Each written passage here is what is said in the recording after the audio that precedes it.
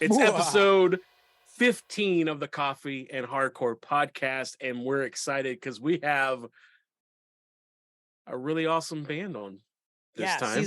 By the way, season 4, Season episode 15, right? That's nuts. Yeah, I know. It's crazy. It's so crazy. And that awesome. I mean, come on. I mean, we're doing 2 a month now, but it's nuts that we are on season 4 and episode 15. I know. And we're just awesome in the summer. Band. I know. We still got more to go. I know. That awesome band that Mick is talking about is Anklebiter. Yes. From the Northeast. Yes. And they will get into it. Yeah, they'll get into it. Such a great chat. Oh my goodness. It's cool how this all happened because was it you or Steven that brought their demo to review? I can't remember. So Steven posted it, of course. Yeah. The Hardcore Encyclopedia posted it in our album review group. Right. And I saw the artwork and I basically was like, can I check this out? And I did. And then I loved it. This was the demo, right? That we're talking about. Yeah. From 2022. Yeah. And I said, can I review this, Steven? And he said, yes. Because he throws, oh my goodness, like 30 albums in there. So he can't review them all. Right. He can't review them all. So that's how I found out about them. And love it. And love the new EP that just came out. Oh, yeah. It's so good. Love it. You brought up we share a Spotify playlist and we constantly add stuff to it. Have you checked out how many hours of music is in that playlist? No, how many? 48 hours and 8 minutes. Wow. In one playlist. Yeah. I can't even guess how many songs it is. Like, wait, the playlist that we all add to, or the Coffee and Hardcore one? No, the playlist we add to the 2023 albums that we are constantly checking out stuff, mostly Steven. Wait, can I be honest? I didn't know this existed. Yeah, you did. You've added stuff before. Maybe you're in here. No, I have not added. Look, I haven't added one thing. You haven't, dude. What are you doing? Because I didn't know it was the thing. Oh. I always thought when you were talking about these playlists, I always thought you meant the Coffee and Hardcore playlists that you put together, and I always check those out. Like the ones that you put together for the show. I didn't know that we had this separate playlist on Spotify. Now I feel bad. I'm gonna hold on. Me and Steven Bogarting the whole thing. I had no idea. You jerks. I'm copying the link and I'm going to share it now. Oh, put it in the group. I'm going to. Oh my goodness. I'm sorry, dude. You've missed out on 48 hours worth of music. Well, how long ago did you start this thing? The beginning of the year. Oh my goodness. Yeah. So for 7 months, 7 months, I just didn't know. Yeah. And every time you guys talked about a playlist, I thought you were just talking about the one that you send to everybody. Yeah. The Coffee and Hardcore one. Oh gosh. Oh my goodness. All right. Well, you got it now. That's crazy. Yeah. No, listen, Steven adds stuff like every day. He's adding EPs, songs. He finds the craziest stuff. And that's how we found Anklebiter, which is awesome. I know. I don't know how he does it, to be honest. I don't either. I don't. Because I know he listens to music a lot at work, which I do too, but yeah. Did you see that I added the band Fraud, March in Progress from Boston? And they're really good. They're so good. I know I'm supposed to do this other band. Yeah. But I really want to do this one. We'll do that one, and then maybe because I was going to do that band. Oh, then you do that. Then I'll do that band because they're good too, and that album's really good. So yeah, the Buggin' record. Yeah. Yes. Yeah. Why don't you do Buggin'? All right. I'll do Fraud. They're from Boston, so I didn't see Steven post it. I know there, you but totally did. I wish. Oh, I did. Yes. Yes. In your face. In your face. Oh. Encyclopedia of Hardcore. Wiley 1, Encyclopedia of Hardcore, like 350. Right. But you know what? This is a great chat. You want to get into it, or do you got something to say beforehand?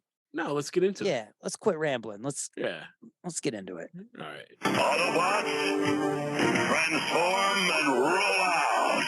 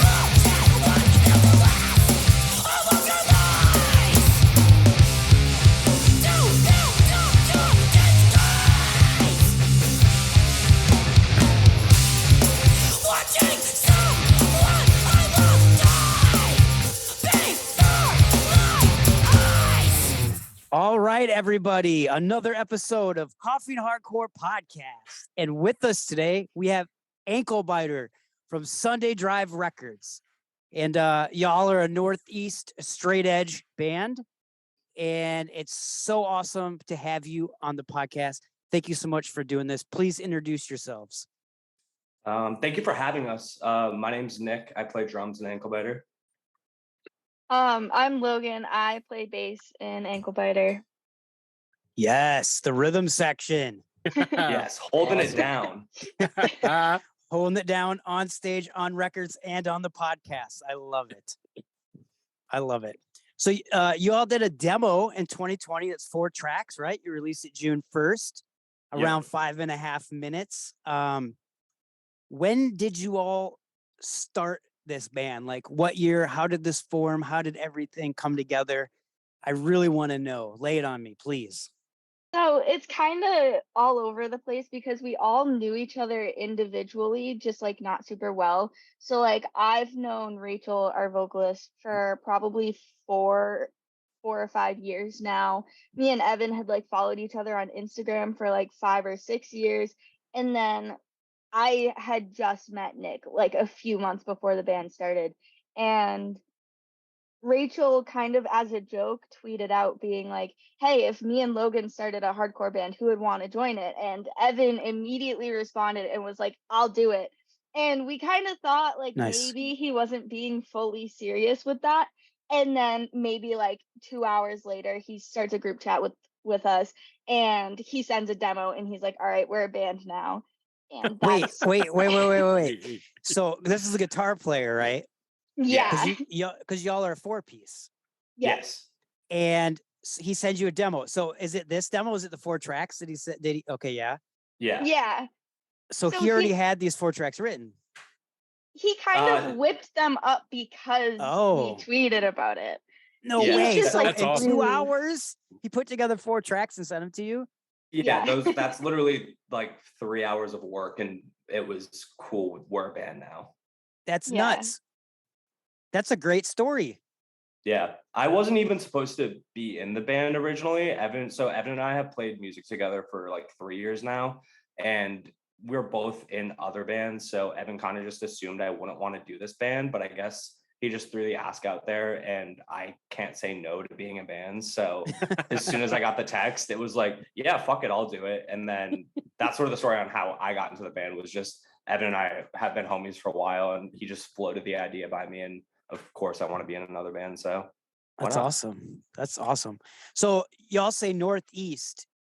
Where's everyone from? If you're allowed to, I don't know if there's a reason you only say Northeast, but are y'all from different areas? Yeah, we're very spread out. It's not like a safety thing. It's literally just we can't claim like a state or even New England. So I'm from Providence, Rhode Island. Okay. Evan goes to school in Providence, but he's from Orange County originally, but we give him the Providence pass because he's been here for a few years. Right. Yeah. You want to take it away, Logan? Yeah. So I live right outside of Boston, Mass, and then Rachel lives in Boston. New Jersey. Woo. Sorry, we're fans of Boston on the podcast. Boston's awesome. I love it here. We love the Bruins on this podcast, and one of the guys who does album reviews and coffee reviews with us is from Boston. So.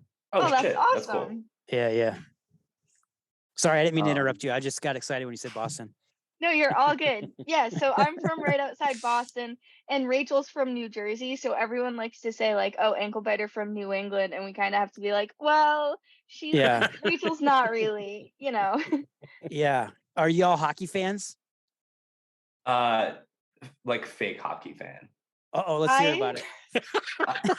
I liked hockey in high school, and I watched it kind of religiously because a lot of my friends were on the hockey team, but I haven't watched it in years. And to disappoint you guys, I'm assuming I wasn't a Bruins fan. I was a Kings fan.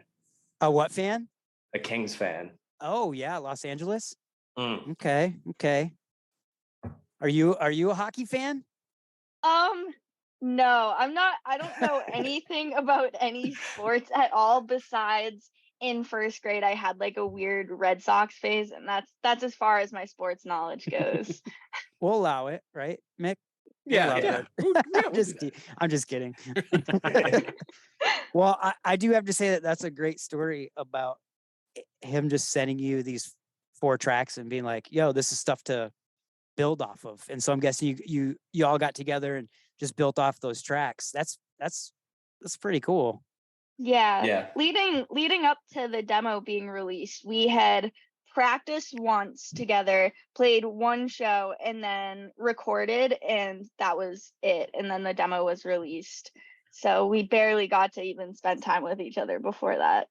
Oh wow. Yeah, I guess being in different places, that would be hard to do. So y'all just went on a tour, right? You just got back. So do you practice before the tour, or what do you guys? What's up with that? No. I think we've collectively. Correct me if I'm wrong, Logan. I think we've only ever practiced 3 times. So you sort of do it on your own. Yeah. I mean, maybe if we have time. Well, that's crazy because I've been watching a lot of your live videos, and y'all are really tight. Yes, that's what I was gonna say. Jeez. Every show is a practice, and I don't know, not to get too esoteric with it, but the whole point of this band is us having fun. So, the hope is that with every show it gets better, and we figure something out that works or doesn't work, or we try not to take it too serious. Well, it seems like it's really working out because like Mick agrees it sounds super tight live. Thanks. And I think we finally clicked. I would say so. Yeah. Well, I was going to ask, like, progressing to the album that just dropped, like, is that how you wrote this album? You just kind of pass songs around, or? Yeah. That's how we write in general. Is just like in the group chat, Evan will sort of send like a skeleton of a song, and then we'll all just reply with like voice memos of melody ideas, like sequencing, stuff like that. And pretty much as soon as we got in the studio and recorded the demo, we started working on the EP that just came out. Wow. Yeah, and that's the 7-track EP To Live and Withstand that they're talking about. That just came out May 26th of this year, 2023. Yeah. That EP is unstoppable. It is so good. Yes. Thank you. It means a lot. Thank you. And now that you tell me you really don't practice, it's even more mind-blowing at how good it is. I mean, Evan will get mad, our guitarist, for like admitting this, but straight up, I don't think we really started drilling those songs until like a week before we recorded it. No, come on. Wow. Yeah. Yeah. Which sucks to admit. But wow. That's impressive. Evan sent me the playthroughs for all the tracks and stuff a couple months before we went in to record, and for some reason the quality of the videos was terrible. So I ended up just learning them all by ear, but I missed like a couple fills that he really wanted me to learn. A few of them were like pretty tricky, and I had like a day and a half to figure it out before recording. And it's just wild because he's just so insanely talented, and he spent like a lot more time with the songs than we did, but still turned out really well, and we're all still really proud of it, which is cool. Yeah. Yes. So did you all get together and record, or did you record separately and send the tracks in? We recorded together. Okay. That usually makes a better record. Yeah. Shout out Will Hurst at Gate 4 Studios in Springfield. Nice. I can't believe that. This new record, y'all should be really proud of because it's so good. Oh yeah. Thank you. Thank you, for real. We're really proud of it, and it was a long time coming. So having it out there finally is a relief. Yeah, I'm blown away by it. I know Mick loves it too. I don't want to speak for him, but I know he does. Oh so. no. Yeah.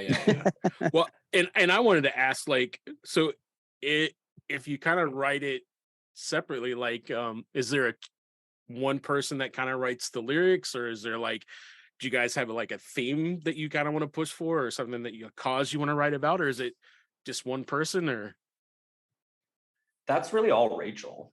Yeah. Okay. Evan writes the music, and then we'll throw out ideas for songs. I mean, a lot of Rachel's lyrics are highly personal, but we'll be like, on this last one, like we really wanted a specifically straight edge song just because we're all straight edge and a straight edge band, and there was like sort of a shared experience we all went through with somebody that we wanted a song about. Okay. But it's can you talk about it or no? I plead the fifth on that one. That's fine. It's fine. If Logan wants to talk shit, Logan can talk shit. Well, I just mean summarize what the song's about. I don't mean like you don't got to dive deep in. You don't have to get deep into it. You got to grab shovels and stuff on this, but it's just like I feel like Logan can articulate this more appropriately than I can because I'm a talker. Yeah. As much as I want to get carried away, I won't. I'll keep myself contained. There was just this person that me and Evan specifically were really good friends with, and they did something really awful to Evan. I found out and had to like break the news to him, and it kind of just changed a lot of our dynamics with our other friends, and like different scenes, and like people that we don't necessarily know through hardcore, but we were still really good friends with, and it still affected us. It still affected us all as a band. And we all sort of went through this, mostly trying to help support him with a lot of what he was dealing with in the process and stuff. And being able to write a song that really encompasses what all of us went through as a group because of what this one person did. It just, not only did it like bring us closer together and stuff, but it really helped us to get like working on this EP, come out with something that we were extremely proud of and know how deeply personal it is to all of us, if that makes sense. Yeah, totally. That's a great response to that. Yeah. And you kept it vague enough, right? It's about fucking posers. Yeah. Sorry, I had to. That's all right. So whoever you're talking about will know what you're talking about. Oh, yeah. Yeah. Okay. Okay, good. So this is gonna come off. I'm just gonna ask this question, but I'm gonna sound, old because I'm an old head over here. But like, how long have y'all been into straight edge? And I know you claim edge as a band, which I think is super important for the youth and the younger generation to carry on straight edge. So what does the straight edge community look like these days at shows with the youth, with the younger bands, with the up and coming? How does that look to you? Do you want to answer that, Logan, since you're younger than me, or you want me to? I can. Well, I'm sure you're both younger than both of us, so. I don't know. You're like what, 24? I'm 42. Backwards. I'm 48. I'm pushing Respect. 50. I'm old.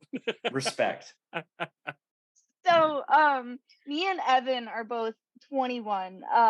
Evan claimed Ed when he was 16, I think. I think Rachel was also 16. I claimed when I was 19, and I'm not sure how old you were, Nick. But 22, so 5 years 22. ago. Yeah, so we've all been edged for like a good amount of time. And one of the things that I've gotten the most from people, like I have this one specific old head, as I'll word it. He's my boss at work, and he used to be straight edge. He broke. But he always like brought up to me like, I don't see like why you think like being straight edge like matters so much if you aren't 21 yet, because that's when I claimed. And it's different to see like the perspective of older people versus people my age and even younger that claim edge, because even though like technically like, oh, if you're under 21 or you just turned 21, you haven't had a lot of time to at least legally drink or do any drugs or anything like that, yeah, it's but you still can. Exactly. And it's like it's still and a lot really of people did important when I was a kid. Yeah, same here. Like there's a lot of people around here that like actively do drink and do drugs, and whether it's at shows or outside of shows and stuff. And to me, it's just really important that even though I'm young, that I kind of just hold my ground. And I do it for many reasons. I do it for friends who have struggled with addiction. I do it for experiences with people who have like driven intoxicated before, and most of all, I do it for myself because I believe that my life is better without participating in any drug use or alcohol use, if that makes sense. Oh, it does make sense. Mick and I are both straight edge, by the way. Yeah. Hell yeah. Awesome. That's awesome. So we completely understand. Mick's been straight edge pretty much his whole life, right, Mick? Pretty much, yes. Yeah. Awesome. That's it. I'm 9 years. I was a mess of an alcoholic before that. So I'm 9 years sober. As was I. Hell yeah. I'm 5 years sober in congratulations, a couple man. weeks. Thank you. That's great. Well. That's great news. Yeah. That is I was great one of news. those piece of shit kids that drank a lot before he was 21 and did a year of it when I turned 21, and then kind of just said no more. And woke up one day and claimed. Same here. I started drinking when I was about 16 and didn't stop till I was like 33, 32, 33. So you definitely can drink before you're 21. So, so when your boss says that, it's like, what? That's just legally you're not, you know what I mean? It's just crazy.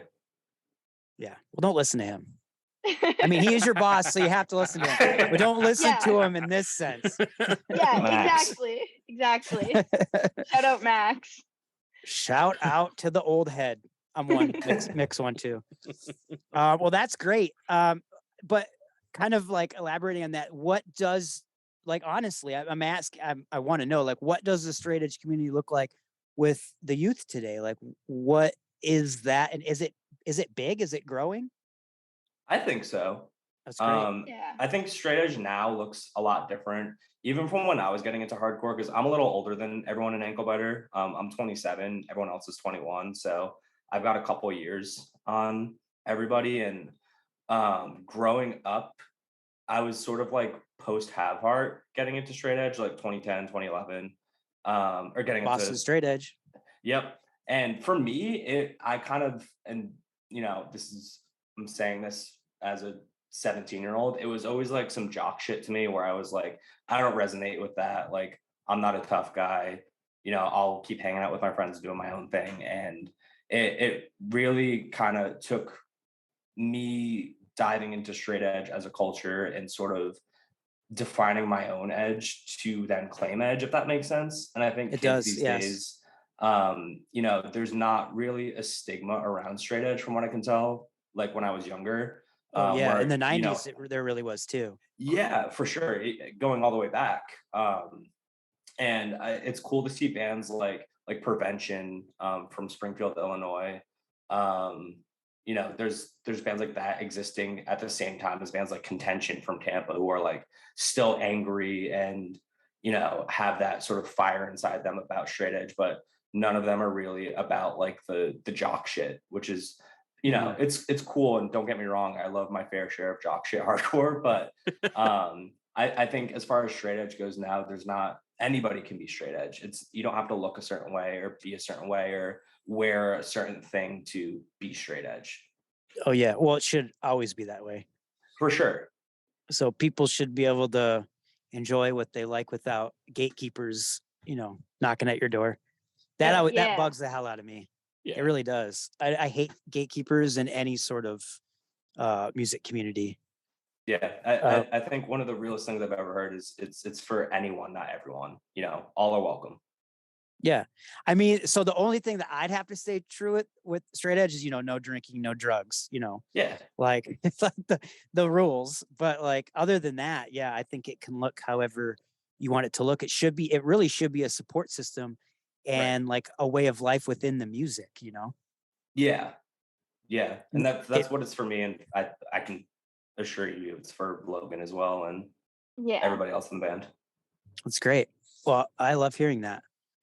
On that note, what is so you, like myself, we were alcoholics. So for me going to shows, like I started playing, like I think my first show was like in '96 that I played. And that's when I started drinking. So many, many years of abusing my body and drinking alcohol. And then finally starting a band, with a bunch of straight edge guys and like seeing myself at shows, not being able to drink anymore. Right. So I'm like finding myself, well, because really when you're at a show, it's really that talking with someone and holding something in your hand and drinking, Yeah. It's you would know. Yeah. Yeah. So I always went to like LaCroix, and now I do the sparkling water, baby. Yeah, there you go. And now I do what's the death water thing I drink now, Mick? Liquid Death. Yeah, Liquid Death. Because it sort of looks like it feels like a 40 can, or a tall boy. Sorry. Yeah. So you find yourself doing that also at shows? Yeah, that's kind of just like my real life. Like alcoholism's a real fucking thing, and addiction's a real thing that, regardless if you're straight edge or not, I think people sort of think, oh, you're straight edge, like you're over it, but it's something you got to live with every day. Very true. So yeah, I'm a big sparkling water, or like if I'm at a show, I'll get like a Shirley Temple or something just to have something. But yeah, it's real.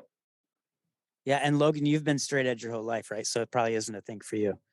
Yeah, like I had a little phase, like about a year or two before I claimed, where like I smoked weed a little bit here and there, but I never drank or anything like that. So ultimately, like when I claimed, I think I was 19, and I had already stopped like smoking or anything like that when I was 18 by that point. So I had already spent most of like a good amount of time like totally sober. So for me, when it comes to shows and stuff, I don't really like have that feeling of needing like something in my hand. And like occasionally, like at a show, I'll also get a Shirley Temple just cause, but like, it's nothing too wild based off that. Yeah. That's awesome. So I have to know this question, and I really got to know, who does the artwork and the imagery for your band, because it is so good. That is we reviewed your all's demo. Was it the demo, right? Yeah. Yeah. And I had nothing but good things to say about it. And the artwork is what drew me to it originally. That's how I found out about y'all. So who makes that? Who does it? So good. So Abby Ryan, an artist, I believe out of Philadelphia, did the demo art. And this dude from Texas, Daniel Mackey, did the EP art. Oh, it's a different person. It looks very cohesive. Thank you. We're kind of nerds about that stuff. I'm pretty much the guy when it comes to art for the band in terms of like the direction of it. And we've been kind of conscious of the jump just to keep it cohesive and try to, we all like bands that sort of do thematic things, or keep a consistent aesthetic. So just to have fun with it, we decided to do that with this band. And we've kept everything pink or blue, and we try to incorporate the same like colors or themes into most of the album art, the merch, stickers, sort of whatever we're doing. We try to keep it in that same world so it all looks cohesive and like Anklebiter. Yeah, it's great. How did you come up with the name? The name is perfect too. Yeah. Like it's a perfect package, honestly. You want to tell this one, Logan? So the name it's kind of funny. But there's a Paramore song called Anklebiters, and the reason why we kind of went with that was because originally, like, this band wasn't going to be like as serious as it's become, and even still we like to have our fun with it, and so it was kind of like we were throwing around different like Paramore song titles and stuff, because like, oh, female vocalist, that means you sound just like Paramore, you're gonna get compared to Paramore, and we thought it would just be funny to, kind of pick a song from Paramore as a joke, get ahead of it, And it ended up being great with the artwork. It just fits so good. It's so awesome. The little Anklebiter people. I love it. It's kind of shaped how we are as a band. Cause I mean, I think we're all aware of it as a band, that we like to poke fun and we like to be kind of annoying. And the whole point is just having fun and, being ourselves. So if that comes off annoying or like an ankle biter to somebody, we get it. Yeah, no, it's great. So you're on Sunday Drive. How'd y'all hook up with them? Because we know Squint and we've had them on the podcast, and we love that band. We love their two EPs that they came out with. Great band. How is there any connection to that, or because I know they put out other stuff besides hardcore? Like, how did that come about? So Evan plays in a band called Broken Vow, which was also on Sunday Drive Records. And I played drums in a band called Pommel, which was also on Sunday Drive Records. So when we were just sitting on the demo, we decided to just send it out to labels, and we were going to put it out one way or another, but we just wanted to see if anyone would put out physicals of it or something, just to see what's out there. And Jonathan was instantly kind of just like, Jonathan, who runs Sunday Drive, was like, yeah, I'll do it. That's and great. It was kind of just a no-brainer. Mm-hmm. Yeah, if both of you are on Sunday Drive, that's a great hookup connection. Yeah, he's the best. I love being on Sunday Drive. Mick, you got anything? Yes, I want to ask Logan a question. Yeah. The reason why I'm asking this question is because I am also a bass player. That's true. The bass tone on the EP and the bass tone on the demo is absolutely freaking ridiculous. And I was like, okay, so that's a good thing, right? It is a good thing. Okay. And I was like, this is like, it can't be live too. Like, this is just something, like, it sounds studio better, magic. Yeah, studio magic. And then I listened to some of your live clips and I was like, damn it sounds good too. So I need to know, like, what are you using? Like, what rig are you using to get that tone? Because your bass tone is, for me, makes the name Anklebiter sound perfect. Yeah. Yes, because it sounds like it's biting me. And that's why I love it so much. It's like, oh my God, this is awesome. And when I found out that you were going to be on the thing, I was like, I get to ask. How did yeah. And the bass cuts through live really well too. Yeah. Which is always good, because sometimes it doesn't. But it helps with having only one guitar player. Yes. Yeah. So let me preface this by saying I am a shoegaze musician. I play guitar for shoegaze most of the time, and I could talk way more about my gear for that. In terms of my bass gear for Anklebiter, I use one pedal. Nice. The magic pedal. Yeah, it's just the what is it? Like the dark glass, like micro tube, something like that. I can't even remember the name of it because all I do is glass. That's it. Yeah. Yeah.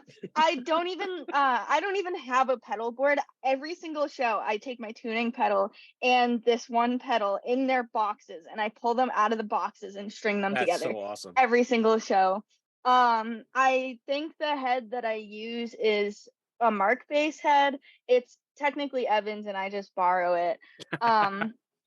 But letting all the secrets out. Yeah, it's all coming out. You gotta bleep this out. I'm giving away too much. And then, like, I just got a new bass specifically for touring all summer and like the rest of the year. But when it came to recording both the EP and the demo, I was using an old Squire that my older sister had just left behind at my house that went untouched for 10 years. So awesome. It's really, I have no idea how is it blue? It sounds. It is blue, yes. Yeah, that's the one I saw you play in the older videos, right? Like from 2022. Yes. Yeah. Yeah. Okay. So that's awesome. all I have for gear. I really don't know much more to it, but well, it's working for you. Yeah. I'm glad it sounds good. Thank you. It really sounds amazing. Yeah.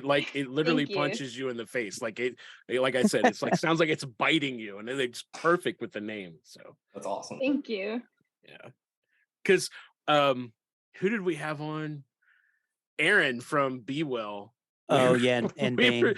We were talking to him, and I asked him, I was like, dude, your bass tone, what is it? And well, he told you off the air though. Yeah, he right? told me off the air. Yeah, he did. He didn't want to give the secrets away. But I'm going to give it away because it's freaking awesome. No, don't give it away. He did. Whoa. Dude, I work in a music store. I tell people this all day. But he probably told you off the air for a reason. All right, then I'm not going to share it. I wouldn't.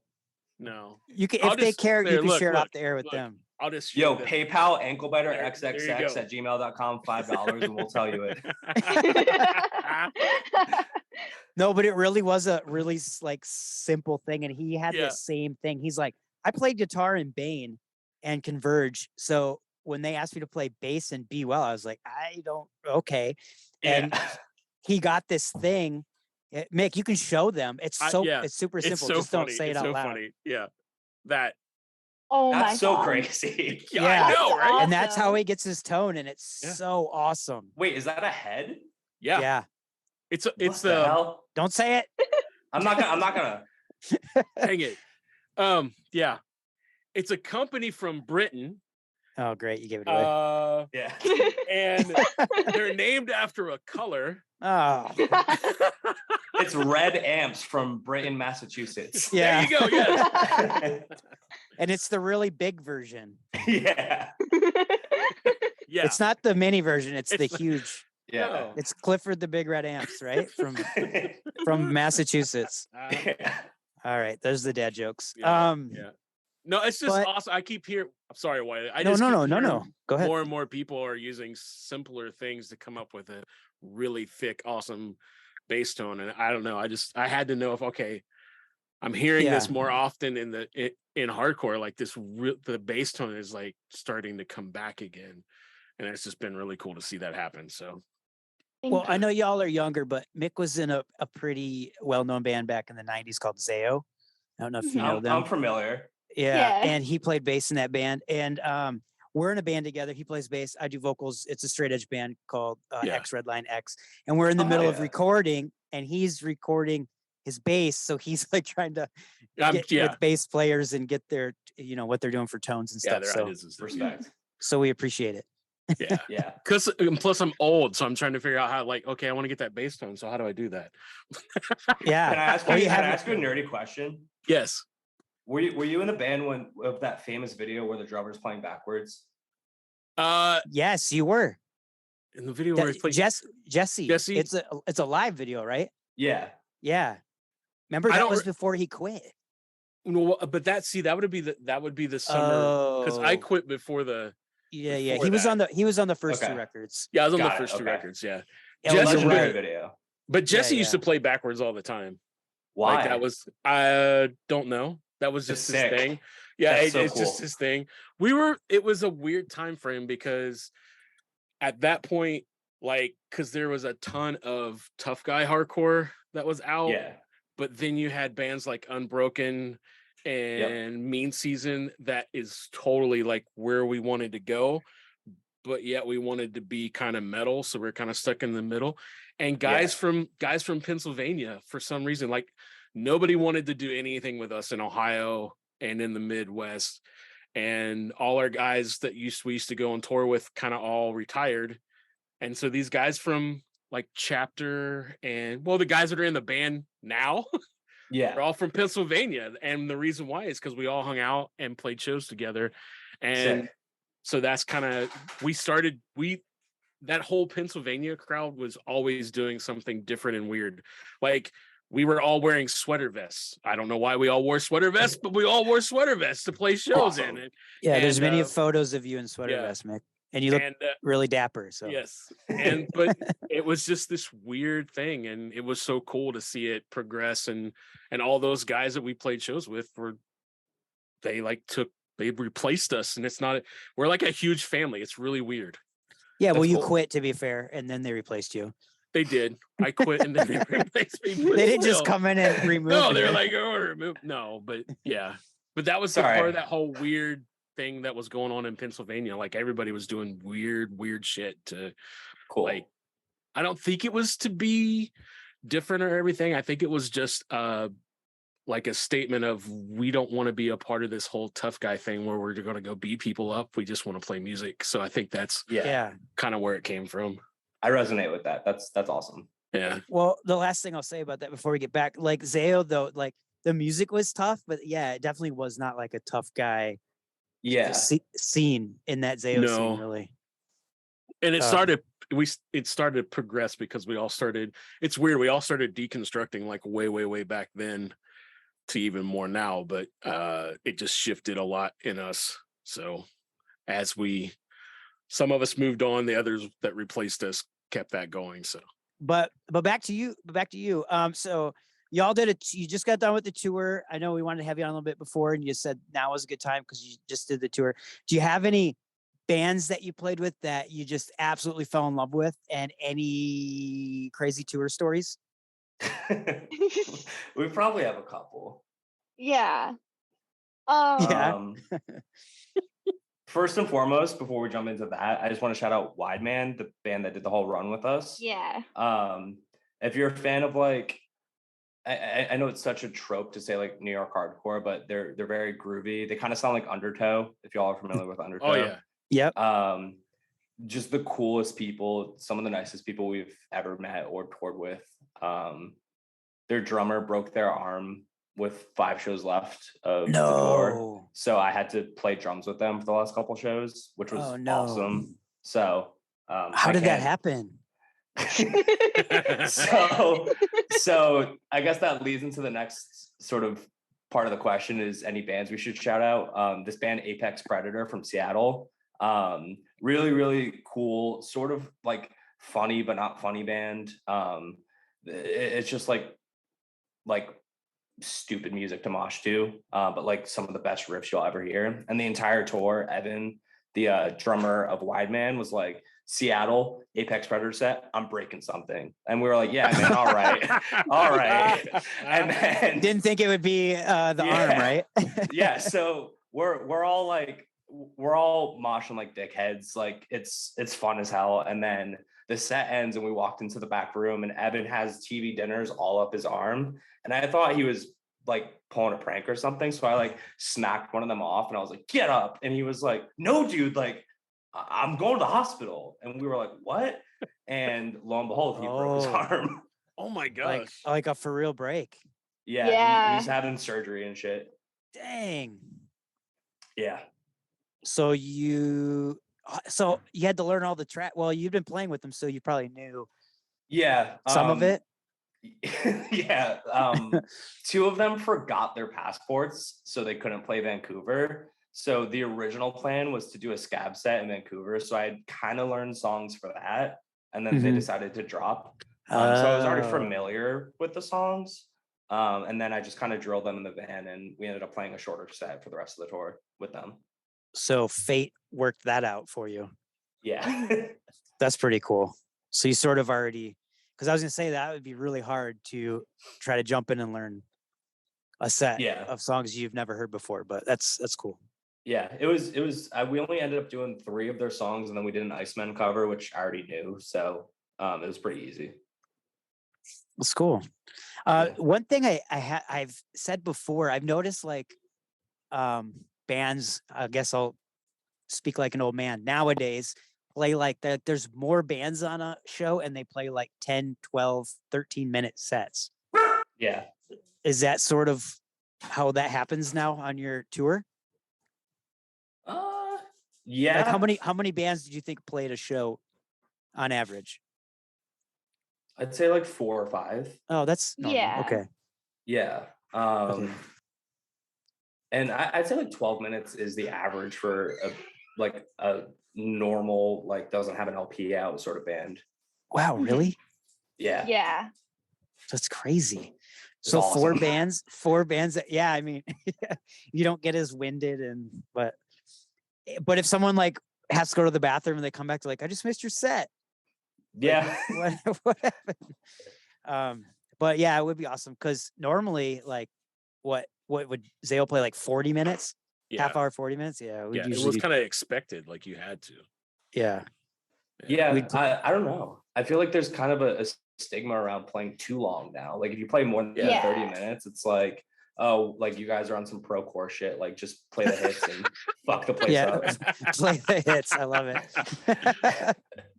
But you guys play with some pretty, old school, pretty big bands. Like you played with Judge and you played with 108. Like, was it like that when you played with them? Did they play shorter sets or was it longer? No way. No, they're opening for bigger bands. They're definitely doing longer sets. That show hasn't happened yet. That's happening in October. But like we played with Gorilla Biscuits in April. That's right. They played for like an hour, which like I want Gorilla Biscuits to play for an hour, so that's a little different.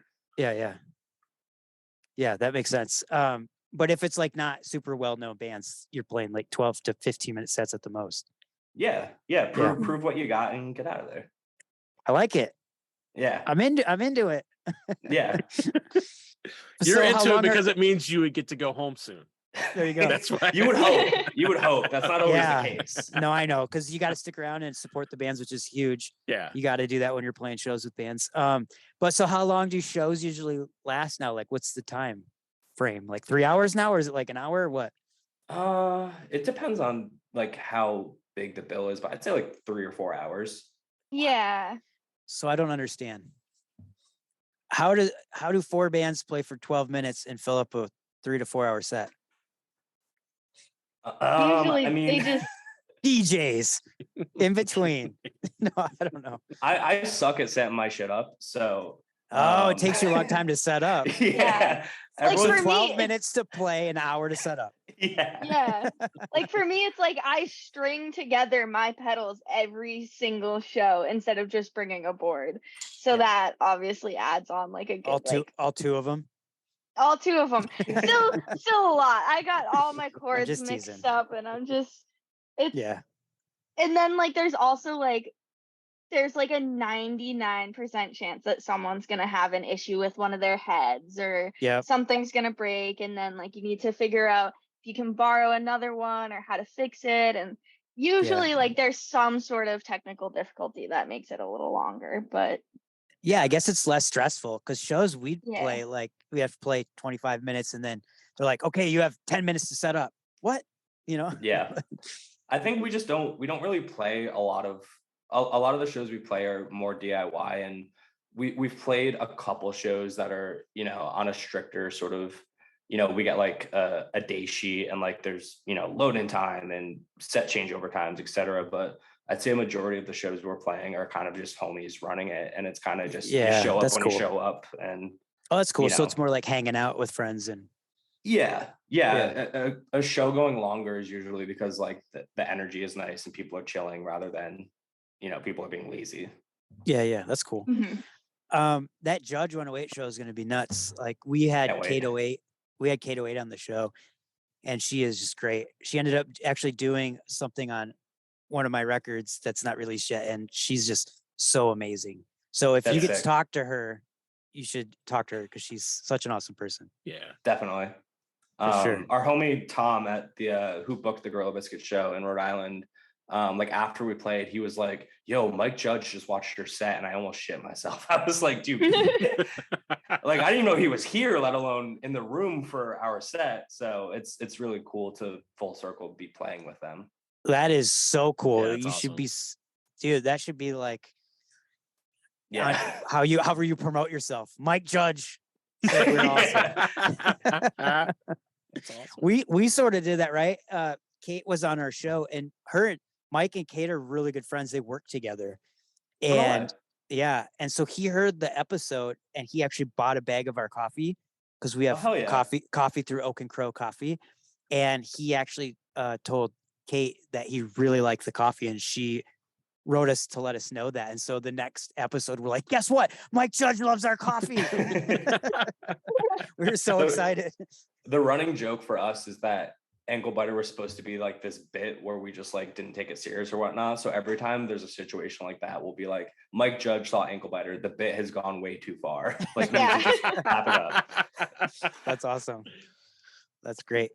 Mick, do you have any more questions, or do you want to give them the infamous awesome closeout question? Yes, let's do the closeout question. The big one. Okay. The big one. Well, actually, we should ask this question first. Coffee question. Yes, the coffee question. Do you guys drink coffee? Yeah. Yes. Okay, good. We're the coffee drinkers of the band. So when you guys hit us up, that's what we were like, oh, we're doing it. That's awesome. Yeah. So what's your favorite? Is there spots around close where you live, or is there certain ones that you guys like to get? Or what's your give us the favorite dirty drink? details of coffee. You go first, Logan. So Because I know your answer. So where do I begin? Wait, don't let's say do it. this. Wait, let's do this. So you know their answer. And do you know his answer? I'd be shocked if you knew mine. Well, let's do that. Let's do the guessing game. You go and then you try to guess. I want to hear it. You want me to guess theirs first? Yeah. All right. So their coffee routine is super specific, and they have to there's 3 separate Dunkin' Donuts that they hit. Oh, what? Yeah. And I could get as specific as where they are in Massachusetts, but I don't know the exact like locations. But correct me, it's not the Saugus one, is it? No, not Okay. Saugus. But yeah, there's like they have a ritual where they have to hit 3 Dunkins. This is a daily routine. It's especially funny when you consider that I work at Starbucks. Oh. So is this a daily routine, or like on tour only, or what? So, usually on my days off, I'll hit dunks like 3 times, but like I'm embarrassed to go back to the same one. So that's why I go to different ones. Okay. And then like when I'm working, like obviously I can just make myself my own drink at work. But then on tour, me and Nick try to find like the fanciest, most overpriced coffee shop that we can find. And I couldn't guess the specific place he goes to, but all he gets is a black cold brew. So it's not too hard to get his order. Yeah. That or there's so you guessed it. Look, it worked. Yeah. I've been doing ginger beer and espresso. That's my drink right now. Ooh, that's good. I've had that. That's really good. Together? Yeah. It's really good. Explain. How does that taste? It's kind of spicy, but it still tastes. It's bubbly. It's still got the espresso, so it's a coffee drink, but there's a little heat to it. Oh, so it's already put together. Yeah. It's like a mixed in a cup. Gotcha. I thought like you bought them separate and put it together. Oh no, I wish I was a good at-home barista, but my girlfriend used to work in coffee, so she can whip up a nice drink at home, but I'm terrible at doing it. Yeah. And listen, there's I no wouldn't shame. be good at it. There's no shame in Dunkin' because that's where there isn't really. Yeah. We The hit God's Dunkin' nectar. Yes. It's the just best. it's just so weak and watered down. So it's like I always need to add extra shots. I do that regardless wherever I go, but you know, it'll do. It's cheap enough that it's fine. Exactly. It's Yeah, I was cheap gonna enough say, so you can add the extra shots. That's what I like. Yeah. Exactly. I think it's one of the best of like the lower fast food sort of coffees. Yeah. Yeah. Especially cold. It's so good. The cold brew is so good. Yeah. I love it. I love it. Jacob Mick. right now is mad at us. So Oh, he is. Yes. Indeed. The guy who sponsors our podcast and has our coffee. He's like, Oops. idiots, jackasses. I mean, Oat and Crow coffee. Yeah. New York, buy some.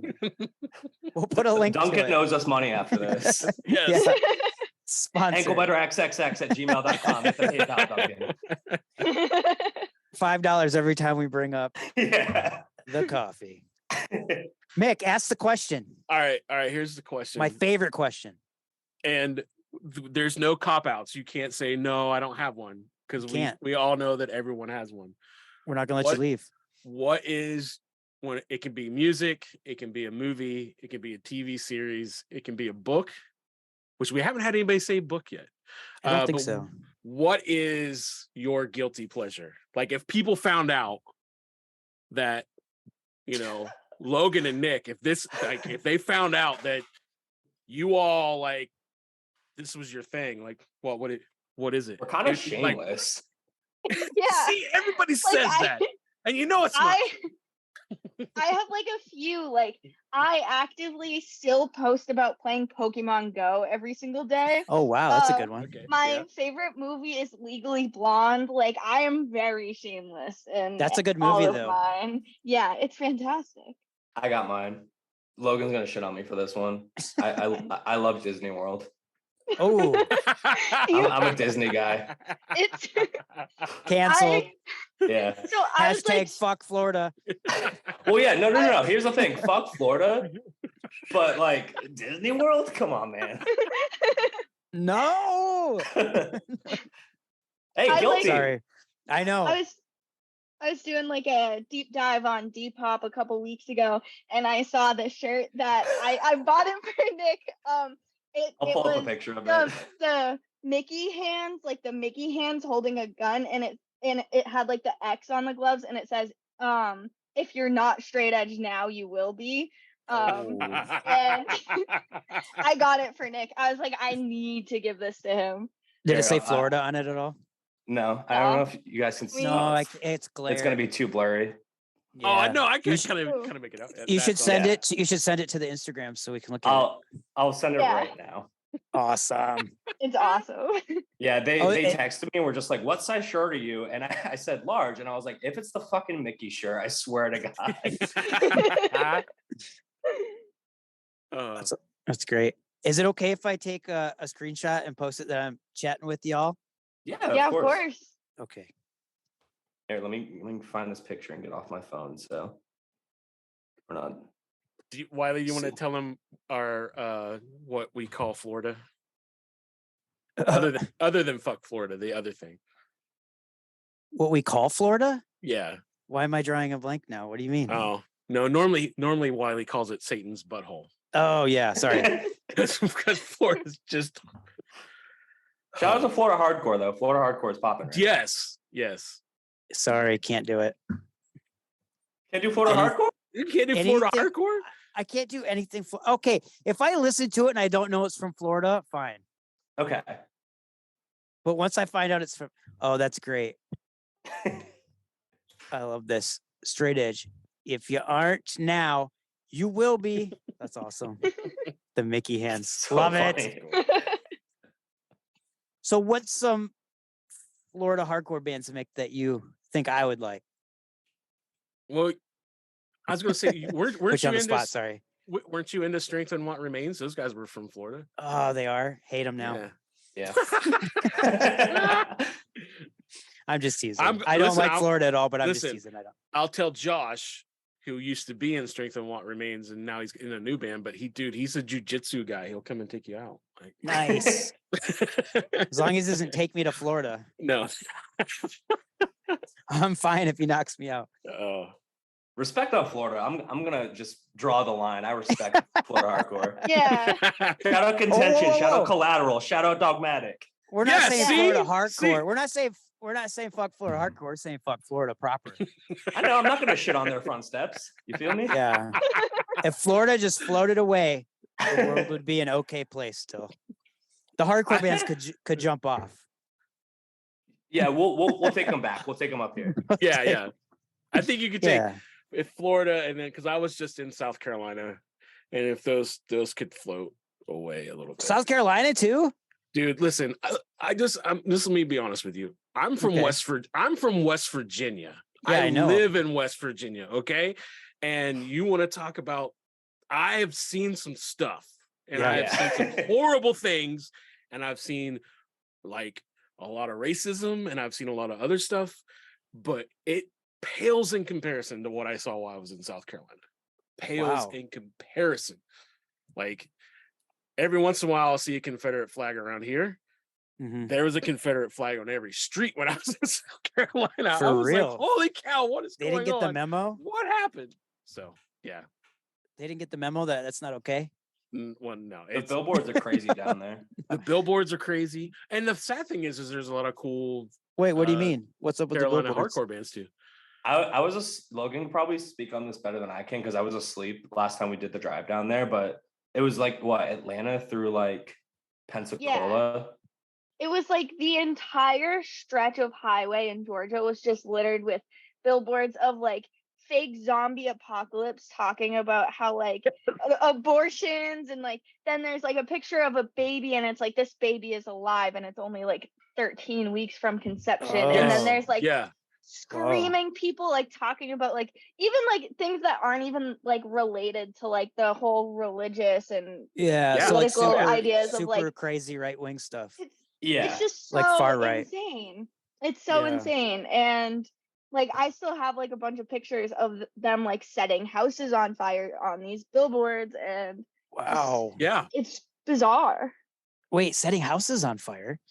Like there was like this one that's so ingrained in my memory where it was like this happy couple like in heaven or something, and then like right below it was like them in a house burning down being like they're gonna rot in hell because of some sort of religious type thing. Like Wiley hasn't been to the South very much. No, I'm not a huge fan. Don't hate me, listeners who listen from the South, but yeah, I'm not a huge I hate the heat, right? So I can't handle, and humidity I can't handle either. So I don't think I was prepared for like billboards like that, like driving down the highway. I wasn't prepared for that. Like, and I like seriously, I live in West Virginia and I understand the stigma with West Virginia and I get it, but West Virginia is nowhere like there. We don't have billboards like that. And how can they get away with that? I don't know, man. That's what I don't because know. of money. That's why I know the game. It's money. Yeah, but you think people would? That's crazy. I don't know. Yeah, unless everyone thinks like that there. I don't know. I don't think so because there's like there's some I've always heard about good, awesome shows down there, and people that have their heads on straight. It's just I think with those in the South, I think there's a growing youth. I mean, those younger generations are growing, and they get it, and they're moving beyond it. But there's still a lot of people that are older. Thank goodness. That are kind of still stuck. Yeah. Sometimes the loudest ones in the room are the only ones you can hear. Yeah. So like those billboards. Like those billboards. Those are pretty clear. Pretty scary. Pretty big. Yeah. When you got to drive down the road and tell your kids not to look out the window. I mean, seriously. Yeah. It's like, come on. I'm all for different ideologies and whatnot. Right. You can believe whatever you want, but when it's you were driving on the highway and you're like, hold on, pull back. Like, what was that?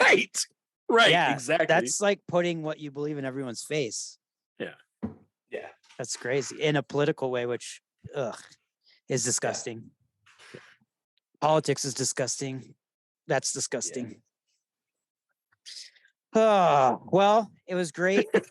We should end on a high note. Let's end on a high note. Can we do another fun question? Yeah. Well, I do have a question here that I know you just released this amazing new EP. You did the demo in 2022, and I know it's mid 2023. But is there anything else in the works for Anklebiter? Do you have any other songs in the works? Any new merch, tours, anything? Can you give us anything?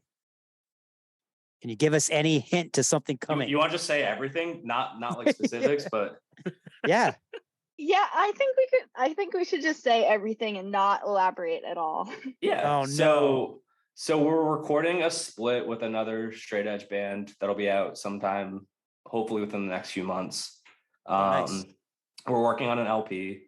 So that'll be out down the road. We leave for tour again next week, so we'll be on the road pretty much all of August, through Midwest, Texas, Southeast, and then back up the East Coast. What's next? What am I missing? Merch. We're playing Flyover Fest again this year. Merch we have that we're just selling at shows. I don't think we have anything online specifically. Yeah. You have the hats, right? Those are new? Hats are new, yeah. Those are cool. We're playing the Fiddlehead record release in September in Boston. So that's crazy. That'll be our next like New England show.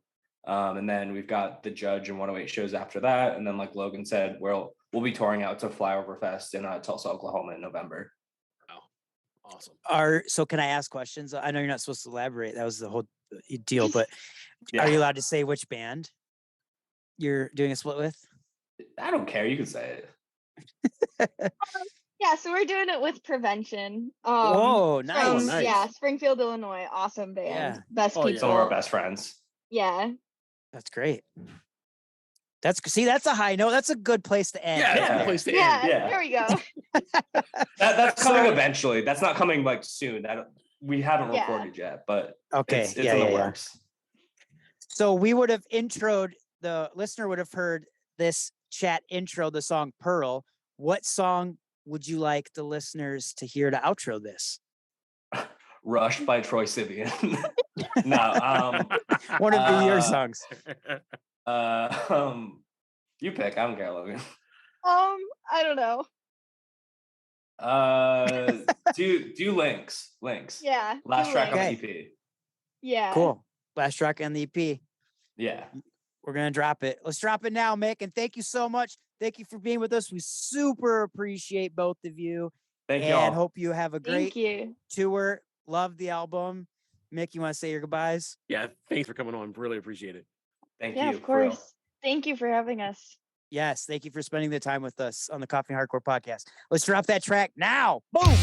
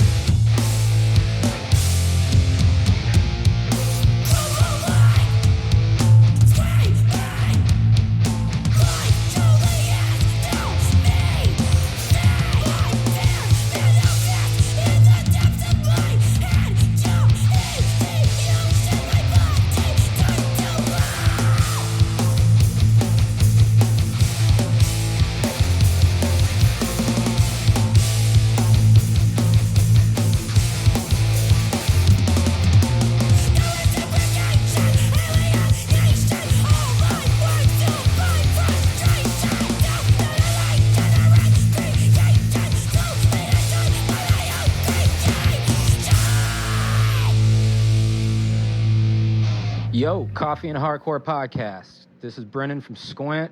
Heard you got my buddies Anklebiter on the scene. Wanted to call in and say what's up to them. Listen to Nick Birtles. He knows his shit about the coffee. We got a lot of stuff cooking over here in Squint Camp. We just put out a new single called All. Make sure you go check that out.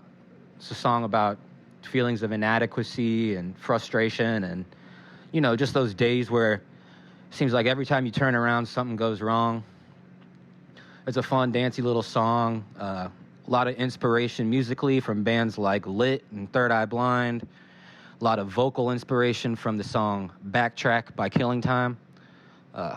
So if that juxtaposition sounds pretty cool to you, make sure you go check that out. We put out some vinyl along with it. We pressed our past 2 EPs to vinyl. Feel It All Wash Away is the name. Vinyl's moving quick, so if you want it, go get it. I think that Brooklyn Vegan and Revolver still have variants if you want those. So check that out. Next week, we'll be going down to Texas for the Sunday Drive Showcase, along with our friends at Anklebiter playing. We're heading down there with Sign Language from Cincinnati. Great band. Check them out if you haven't. Also, Sunday Drive family. Then we're laying a little low. In November, we're heading out to New Jersey. We're going to be recording a new full length with our friend John, and then booking it over to Flyover Fest in Tulsa. So that's the Squint plans for the rest of the year. If you want us to come to your city, shoot us a message online or tweet at us or something. Let us know, and we'll work on getting there in the new year. And all y'all over there, Coffee and Hardcore, little Anklebiter buddies, y'all be safe, be good, and I'll see y'all soon.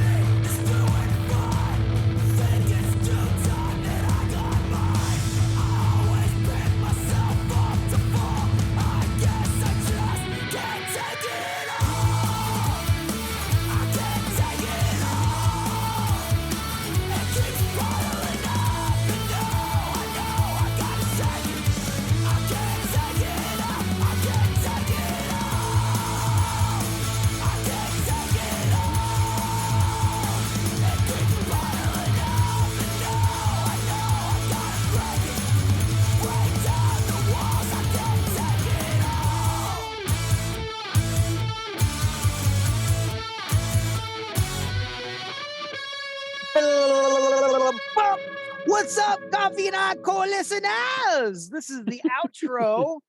I don't know if I just completely staticked out there, but how y'all doing? Thanks for sticking around to the end with us. This is the dessert of the podcast, if you will, the chocolate cake, right? Yeah. Yeah. Oh, yeah. Oh, I've got. Reminds me, I have chocolate cake in the refrigerator. Love it. Yeah, we're here. We're at the outro, and I absolutely love the chat with Anklebiter. It's crazy to get from our perspective, not from theirs, 2 younger adults with some middle-aged on the other end of old adults. Right. Us 2 old farts, and just have a really good conversation and connect, you know, like it's cool that we could be different places in our lives and still have some common ground and talk, get along, have a good time, talk about hardcore on the podcast. That really excited me, you know? It was refreshing, actually. Yeah. So, and we've had a couple of good conversations like that with bands that are you know, younger. Yeah. Younger. And and it's just cool seeing that. I don't know. It's like, for me, it's like seeing, like, kind of like when we were younger and what you kind of wanted the scene to be like. It's like it's actually happening, at least from where I'm at. It's really cool. No, I know what you mean. A lot more camaraderie. Not that there's not shit that happens, but you know what I mean. It seems like people.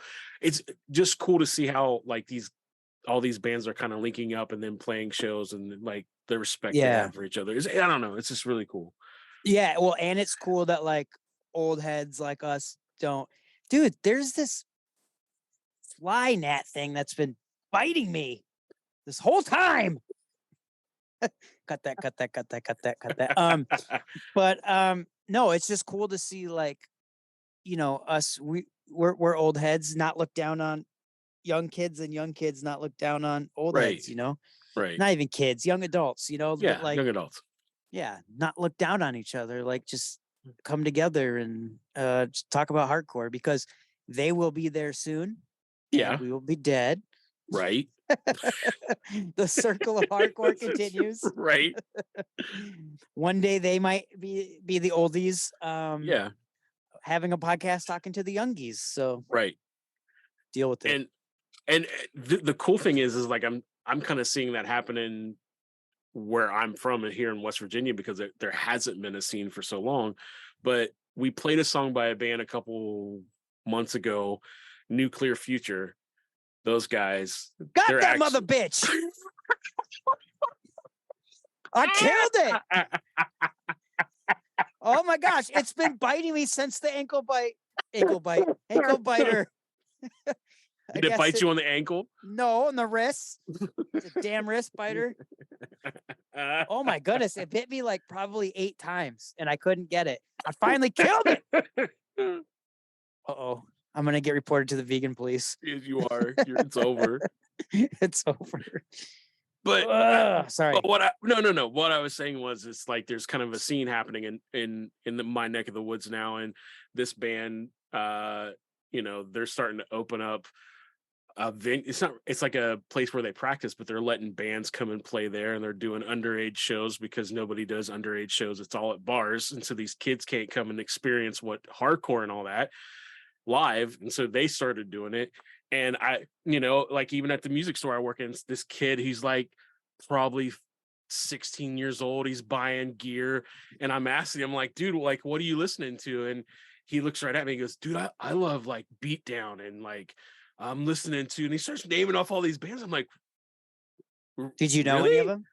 Yeah, well, no, he like his favorite band's Knock Loose. So which, I mean, you know, everyone knows Knock Loose. But he, you know, he started naming some other stuff, and I was like, this is really cool. Like here's a kid that's kind of like on the, you know, like that beat down kind of hardcore kind of stuff. But you know, I was like, dude, have you ever checked out Drain? Have you ever checked out, you know, like I kind of named off some stuff that I thought he would like because of the guitars and stuff. And he was like, no, I'm gonna go check them out.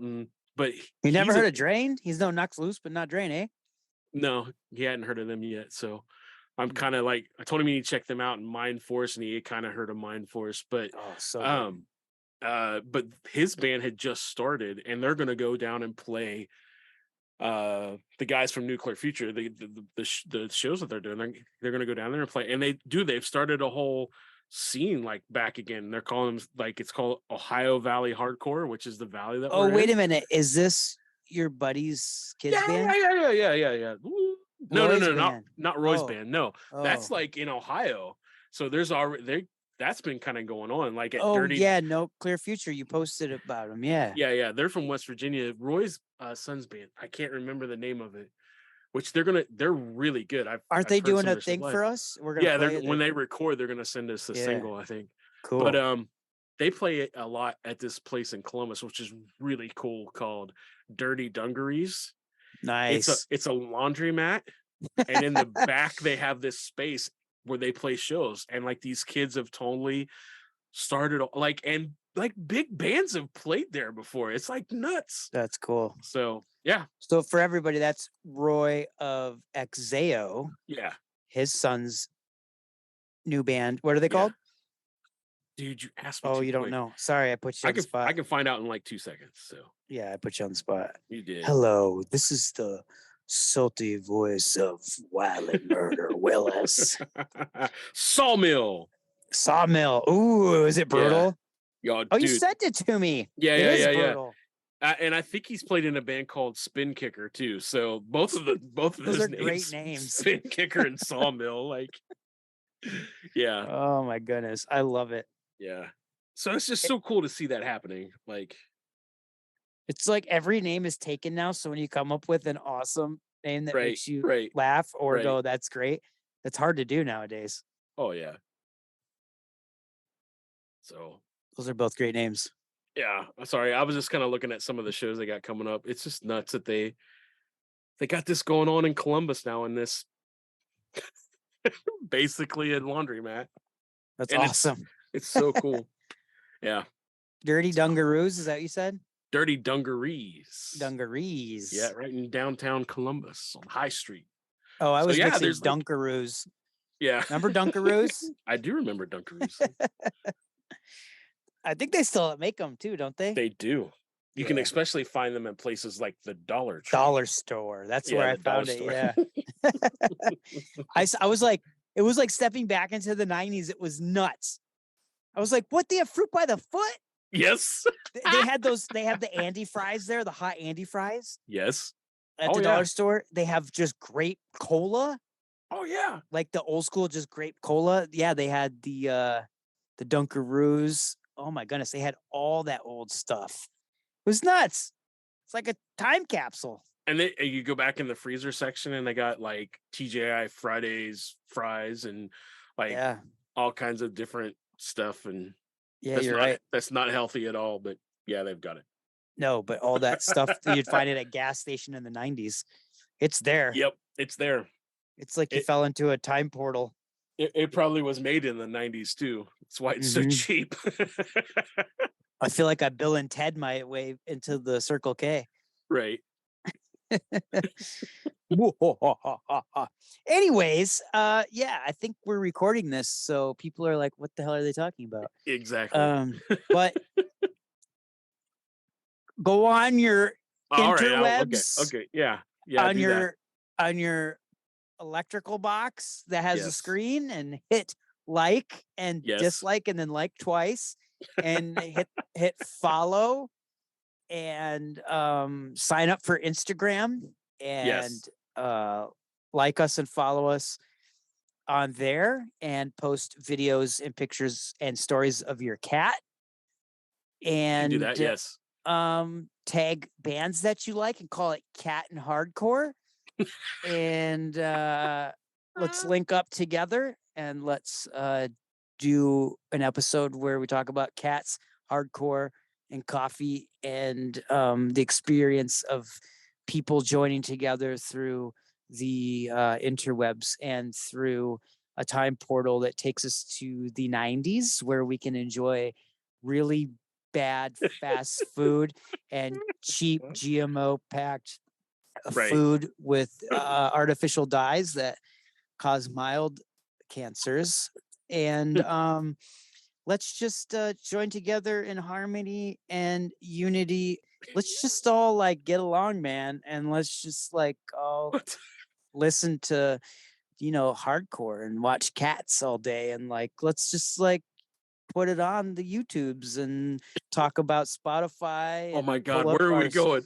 Pull up these stories and let's just freaking chill out. Drop that Skull Crack song right now.